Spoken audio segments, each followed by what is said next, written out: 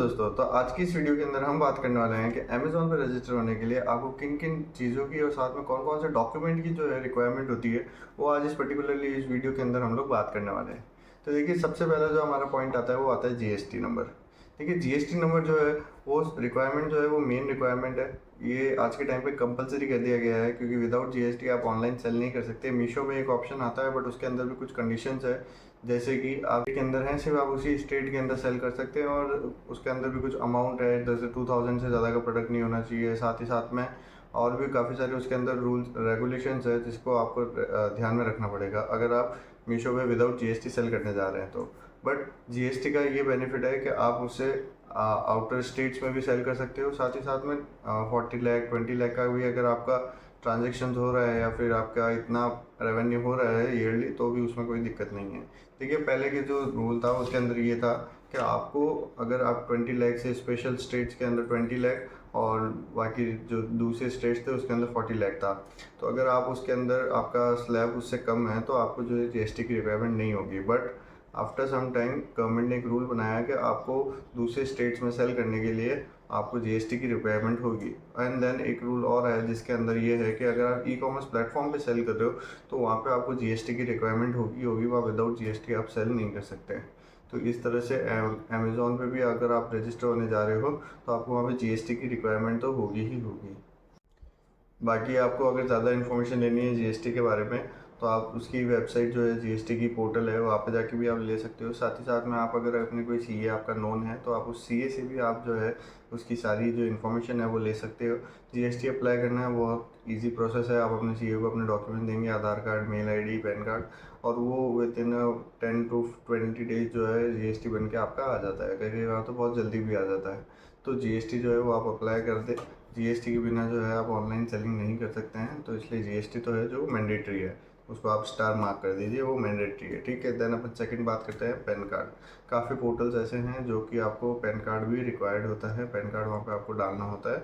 इसलिए कंपनी का नेम का पैन कार्ड, और अगर कंपनी का नेम का नहीं है तो आप अपने नेम का भी पैन कार्ड वहाँ पे डाल सकते हैं। तो पैन कार्ड भी एक तरह से कंपलसरी होता है यूज़ करना।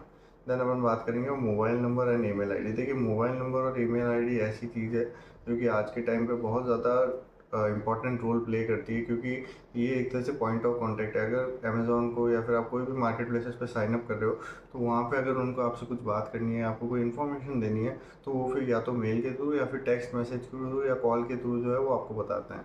तो ये जो मेल आईडी और मोबाइल नंबर है ये रजिस्ट्रेशन के टाइम पे भी काम आते हैं, और साथ ही साथ में आफ्टर रजिस्ट्रेशन फ्यूचर प्रोसेस में अगर आपको कोई भी दिक्कत आ रही है तो भी आप उसी मेल आईडी से जो है मेल करके और उनसे कन्वर्सेशन कर सकते हैं।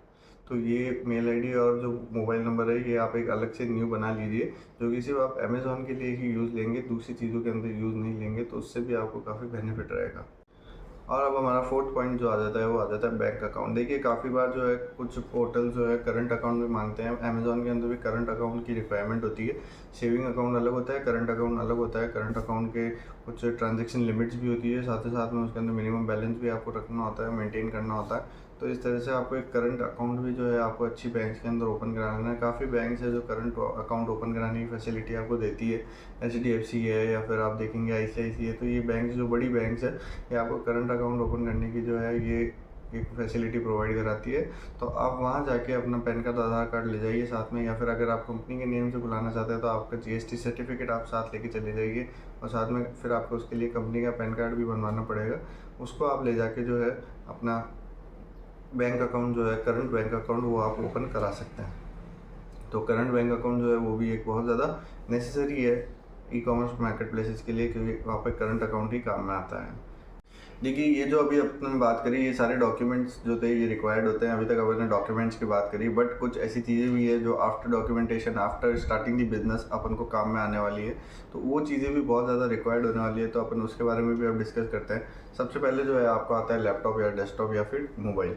देखिए, मैं मोस्ट प्रोबेबली आपको यही सजेस्ट करूँगा कि आप मोबाइल को छोड़ के आप या तो लैपटॉप या फिर डेस्कटॉप जो है वो यूज़ करें अमेज़ॉन सेलर यूज़ करने के लिए, क्योंकि फ़ोन के अंदर काफ़ी सारे ऑप्शंस जो है वो विजिबल नहीं होते हैं। बट लैपटॉप के अंदर या डेस्कटॉप के अंदर जो है आपको सारे ऑप्शन जो है वो विजिबल होते हैं। वहाँ से आप इजीली हर एक चीज़ एक्सेस कर सकते हैं। अगर आपको अमेज़ॉन एड्स चलाना है तो भी आप वहाँ से चला सकते हैं। प्रोडक्ट ऐड करना है, आपको वेरिएशंस ऐड करने हैं, तो वो जो प्रोसेस है वो वहाँ पे डेस्कटॉप पे या फिर लैपटॉप पे जो है काफ़ी इजी हो जाएगा इन कंपेयर ऑफ फ़ोन, क्योंकि फ़ोन के अंदर बहुत ज़्यादा एक तो आपको टाइप करने में इशू आएगा, ज़्यादा बड़ा कंटेंट लिखने में इशू आएगा।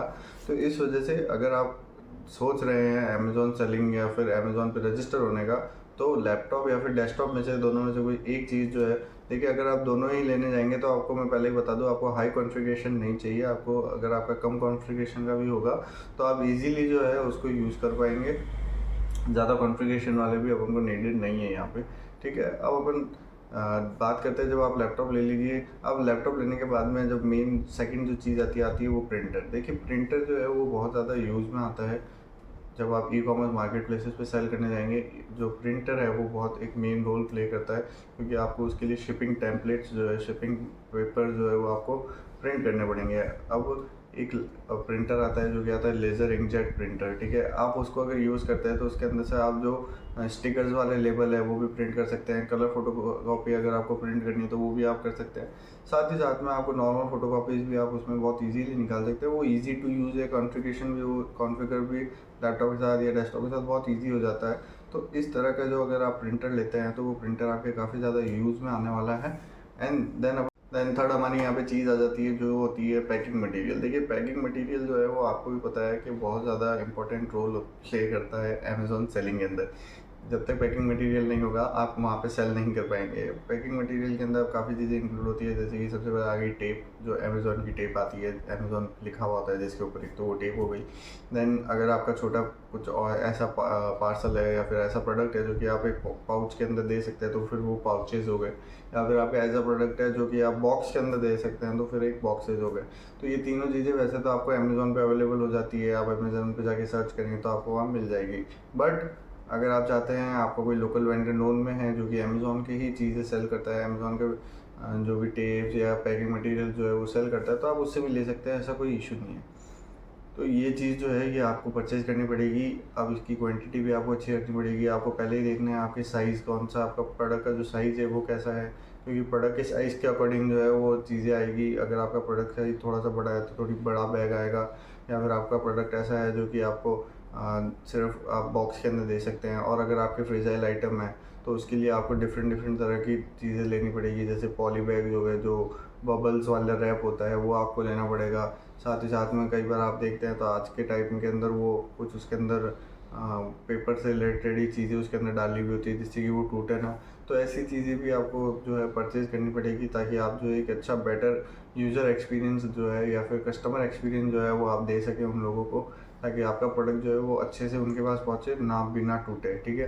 तो इस वजह से सारी चीज़ें जो है वो आपको ध्यान में रखनी है, सब प्रॉपर पैकिंग करके आपको उनको भेजना है। ऐसा नहीं कि जो प्रोडक्ट है आपको लग रहा है कि बॉक्स में डालना चाहिए बट आपके पास बॉक्स अवेलेबल नहीं है तो आपने उसको पॉलीथीन बैग के अंदर डाल के दे दिया, नहीं, ऐसा नहीं करना है। आपको प्रोडक्ट जो है वो बॉक्स के अंदर ही डालना है, जिससे कि आपका प्रोडक्ट जो है वो ख़राब ना हो और इजीली आपके कस्टमर तक पहुंचे और वो आपको अच्छी रिव्यू रेटिंग दे। क्योंकि देखिए पैकेजिंग जो है बहुत एक इंपॉर्टेंट रोल प्ले करता है।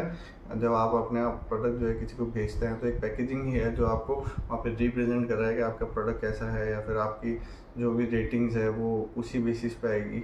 उसके अंदर आप थैंक यू कार्ड इंक्लूड कर दीजिए, उसके अंदर आप एक नो मोर करके स्कैन नाउ का एक जो कार्ड है वो दे दीजिए, जिससे आप उनको इंस्टा हैंडल्स या फिर फेसबुक हैंडल्स, आप भी व्हाट्सएप पे आपको जहाँ कनेक्ट करना चाहते हैं वहाँ कर सकते हैं। तो ये भी एक बहुत अच्छी चीज़ है, अगर आप चाहें तो आप उसके अंदर ऐड करके और ये सब भी कर सकते हैं। देन फाइनल अपन बात करते हैं स्टेशनरी आइटम्स। देखिए स्टेशनरी आइटम्स के अंदर मैं जो काउंट कर रहा हूँ फिलहाल तो बहुत सारे स्टेशनरी आइटम्स होता है, पेंसिल, पेन, नॉर्मल, तो ये सब होते ही हैं। बट एक चीज़ जो मैं यहाँ पे आपको कहना चाहूँगा, दो चीज़ अपन इंक्लूड करेंगे। सबसे पहले तो आती है वेट मशीन। एक छोटी वेट मशीन आप ले लीजिए, क्योंकि जब आप प्रोडक्ट जो है सेल करना स्टार्ट करेंगे तो शिपिंग के अंदर जो है वेट मशीन आपके बहुत ज़्यादा काम आने वाली है, क्योंकि जो शिपिंग रेट्स है, जो चार्जेस है, वो उस पर्टिकुलरली जो आपका प्रोडक्ट है उसके वेट पे या फिर उसकी हाइट पे, उस पर ही लगता है, ठीक है। वेट के लिए तो आपने वेट मशीन ले ली। एंड देन अपन बात करेंगे, अगर आपको हाइट देखनी है तो आप जो है वहाँ पे स्केल का यूज़ कर सकते हैं। स्केल जो है वो भी काफ़ी ज़्यादा इम्पॉर्टेंट रहती है। या तो आप जो इंच टैप आती है वो ले लीजिए, या फिर आप एक स्केल ले लीजिए जिससे कि आप उसको मेज़र कर सकें और उसके अकॉर्डिंग जो है आपकी शिपिंग रेट्स बने, ताकि आपको पता रहे कि इस पर्टिकुलर प्रोडक्ट की इतनी शिपिंग रेट्स बनती है, या फिर ऐसा ना हो कि आपके और जो शिपिंग पार्टनर है उसके बीच में गैप आ जाए और चार्जेस वो ज़्यादा डिडक्ट कर ले, तो ये सब चीज़ें भी नहीं होनी चाहिए। तो आज की इस पर्टिकुलर वीडियो में अपन ने बात करी डॉक्यूमेंट्स के बारे में। डॉक्यूमेंट्स कौन कौन से रिक्वायर्ड होते हैं, जैसे कि GST, then pan card, bank account details and साथ ही साथ में मोबाइल नंबर, फ़ोन नंबर या फिर ईमेल आईडी। देन अपन ने बात करी कि अबाउट आफ्टर रजिस्ट्रेशन डेली के अंदर अपन को कौन कौन चीज़ें नीडेड होगी, जैसे कि अपन ने बात करी कंप्यूटर की या फिर डेस्कटॉप लैपटॉप की। देन सेकंड अपन ने बात करी अपन को चाहिए होगा स्टेशनरी आइटम्स। देन थर्ड अपन ने बात करी प्रिंटर एंड फोर्थ अपन ने बात करी पैकिंग मटेरियल। देखिए पैकिंग मटेरियल और ये सारी चीज़ें भी एक बहुत इंपॉर्टेंट रोल प्ले करती है डेली टू डेली लाइफ के अंदर। तो आज की इस वीडियो में इतना ही। अगर आपको कुछ भी डाउट आ रहा हो तो मेरे को कमेंट करके ज़रूर बताइएगा। फिर मिलते हैं दूसरी वीडियो के साथ।